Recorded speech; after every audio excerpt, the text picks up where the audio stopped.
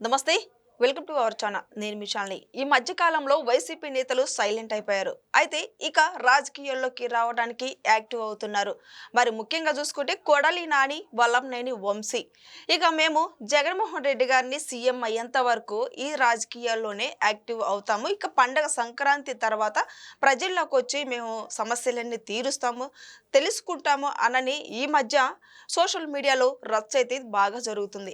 అయితే వీళ్ళు చేసే రచ్చ ఓ పక్కన పెడితే ఇక నెక్స్ట్ వీళ్ళు చేసే రచ్చలో నెక్స్ట్ రెడ్ బుక్ లోకేష్ గారిది ఈ రెడ్ బుక్ పేజీలో కొడాలి నాని పేరే వినిపిస్తుంది ప్రజల్లో. అయితే నెక్స్ట్ కొడాలి నాని అరెస్ట్ అవుతున్నారా? అయితే అవుననే సమాధానం కూడా వస్తుంది. మరో పక్క చూసుకుంటే వల్లంనేని వంశీ ఆల్రెడీ జైల్లో ఉండి బెయిల్ మీద కూడా బయటకు వచ్చారు. ఆయన కూడా నెక్స్ట్ అరెస్ట్ అవుతున్నారనే సమాచారం కూడా వస్తుంది.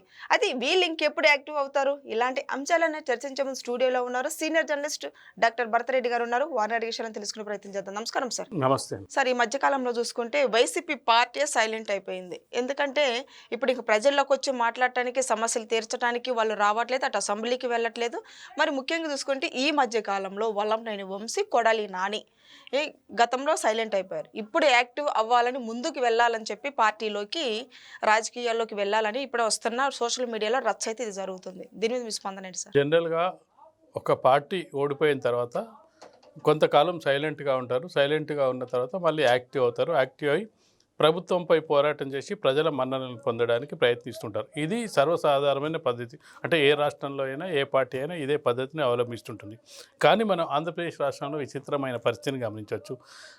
ఏదైతే ఓడిపోయిన పార్టీ ప్రజలకు తోడుగా ఉండకపోగా వాళ్ళ మీద వచ్చే కేసుల్ని వాళ్ళు పరిష్కరించుకోవడానికి, కేసులకు బెయిల్‌కి తీరడానికి సరిపోతుంది. అంటే వాళ్ళ 5 ఏళ్ల కాల హయాంలో ఏమేమి చేశారు, తప్పులు చేశారు, ఏ విధంగా స్కామ్‌లలో ఇరుక్కున్నారు, ఏ విధంగా లిక్కర్ స్కామ్‌లు ఉన్నారు, వీటి మీదనే వాళ్ళు జైలు, బెయిలు వీటి మీద తిరిగే ప్రయత్నం చేస్తున్నారు. ప్రజల గురించి ఆలోచించే పరిస్థితి వాళ్ళ పార్టీ నాయకులు లేక ఆ పార్టీ సైలెంట్ అవ్వాల్సిన పరిస్థితి వచ్చింది. ఎందుకంటే నువ్వు ఏ పరిస్థితిని ఏది ప్రశ్నించినా ఆ ప్రశ్న తిరిగి గతంలో అధికారంలో ఉన్న వైసీపీ పార్టీకో, వైసీపీ నాయకులకు జగన్మోహన్ రెడ్డికి తగులుతున్న సందర్భాన్ని మనం చూడొచ్చు. కాబట్టి వాళ్ళు సైలెంట్ అయ్యాల్సిన పరిస్థితిలో కూడా ప్రభుత్వంపై దుమ్మెత్తిపోసిన సంఘటన మనం చూడొచ్చు. చాలా సందర్భాల్లో ప్రభుత్వాన్ని దుమ్మెత్తిపోయడం జరిగింది. జగన్మోహన్ రెడ్డితోటి ఎవరైతే ఉన్నారో గతంలో చాలా సన్నిహితంగా, అత్యంత సన్నిహితంగా ఉన్న వ్యక్తులందరూ కూడా ఒక్కొక్కరుగా దూరం అవ్వడం జరిగింది. మనం చూసుకుంటే విజయసాయి రెడ్డి మనకు బెస్ట్ ఎగ్జాంపుల్గా చెప్పొచ్చు. విజయసాయి రెడ్డి తరతరాల నుంచి వైఎస్ఆర్ కుటుంబంతో అనుబంధం ఉన్న విజయసాయి రెడ్డి జగన్మోహన్ రెడ్డితో ఉంటే లాభం లేదు, నేను ఇక్కడ కేసులు ఆల్రెడీ గతంలో కూడా జైలుకి వెళ్ళి రావడం జరిగింది, మరొకసారి నా జీవితం నాశనం అయిపోతుందని చెప్పి తానే బయటికి వెళ్ళడం జరిగింది. అక్కడ అలా ఒక్కొక్కరుగా వెళ్ళిపోవడం, మిగతా వాళ్ళు వైసీపీ హయాంలో ఎవరైతే మంత్రులుగా పనిచేశారో, ఒక చక్రం తిప్పారో వాళ్ళందరూ కూడా మనం చూసుకున్నట్టయితే వాళ్ళందరూ జైళ్ళలో ఉండడమో, లేదంటే బెయిల్ మీద ఉండడమో, లేకపోతే ఏదన్నా స్కామ్లో ఇరుక్కోవడం జరిగింది.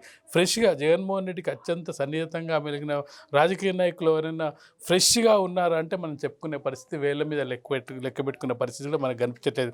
దాదాపు అత్యంత సన్నిహితంగా మెలిగిన వాళ్ళందరూ కూడా వాళ్ళు ఏదన్నా స్కామ్లు ఇరుక్కోవడమో, జైల్లో వెళ్ళడమో, ఆ కోవకే చెందిన వ్యక్తుల్లో మనం చూసుకున్నట్టయితే వల్లంనేని వంశీని, కొడాలి నానిని చూసుకోవచ్చు. వైసీపీ ప్రభుత్వంలో ఉన్నప్పుడు ఎంతగా రెచ్చిపోయారు అనేది ఆంధ్రప్రదేశ్ ప్రజలకు, ప్రపంచానికి అంతా తెలుసు. ఎందుకంటే వ్యక్తిగత దూషణలు, అసెంబ్లీని వాళ్ళ సొంత ఎస్టేట్గా మార్చుకొని చంద్రబాబు నాయుడు మీద ఎలాంటి వ్యాఖ్యలు చేశారు, వ్యక్తిగత విషయాలు ఏ విధంగా మాట్లాడు, సభలో లేని భువనేశ్వరి గురించి ఏ విధంగా మాట్లాడారు, ఇవన్నీ కూడా వీళ్ళు చేసిన అరాచకాలు అని చెప్పొచ్చు. ఈ అరాచకాలు ఒక ప్రతిపక్ష నాయకుడు 40 ఏళ్ళు రాజకీయాల్లో ఉన్న వ్యక్తి మీద 2 సార్లు ఉమ్మడి రాష్ట్రానికి ముఖ్యమంత్రిగా, తర్వాత 2 సార్లు ప్రతిపక్ష నాయకులుగా, రాష్ట్ర ముఖ్యమంత్రిగా, ఆంధ్రప్రదేశ్ రాష్ట్రానికి ముఖ్యమంత్రిగా ఉన్న వ్యక్తి మీదనే అలాంటి ఆరోపణలు చేసిన నేపథ్యంలో ప్రజలు తిరస్కరించిన తర్వాత వాళ్ళు మరి ప్రజల్లోకి వెళ్ళాలంటే ఏం చేయాలి? గతంలో ఏమన్నా చేసిన మంచి పనులు చెప్పుకోవాలి. మంచి పనులు ఎక్కడున్నాయి? ఒక్కొక్కటి కూడా కేసులు బయటకు రావడం జరిగింది. గతంలో ఎవరైతే భయపడి వాళ్ళకు కేసులు పెట్టడానికి ముందుకు రాలేదో వాళ్ళందరూ కూడా ఒక్కొక్కరుగా బయటకు వచ్చి కేసులు పెట్టడం జరిగింది. దాంతో వాళ్ళంతా జైలుకి వెళ్ళాల్సిన పరిస్థితి కనిపించింది. ఈ 2 ఏళ్ల కాలం సైలెంట్గా ఉండడం జరిగింది. కొందరు జైలుకి వెళ్ళడం జరిగింది.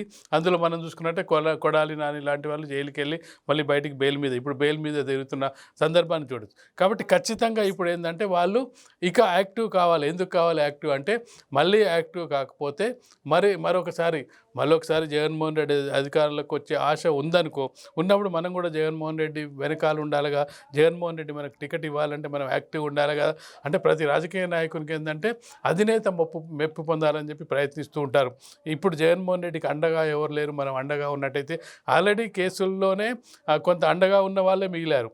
మన జగన్మోహన్ రెడ్డికి ఎవరైతే కేసులతో అటాచ్మెంటు లేకపోతే స్కామ్లతో అటాచ్మెంటు వీళ్ళు ఉన్నవాళ్ళు మాత్రం తనతో ఉన్నారు. మిగతా వాళ్ళందరూ కూడా మెల్లమెల్లగా జారుకుంటున్న పరిస్థితి, లేదంటే సైలెంట్గా ఉన్న పరిస్థితి.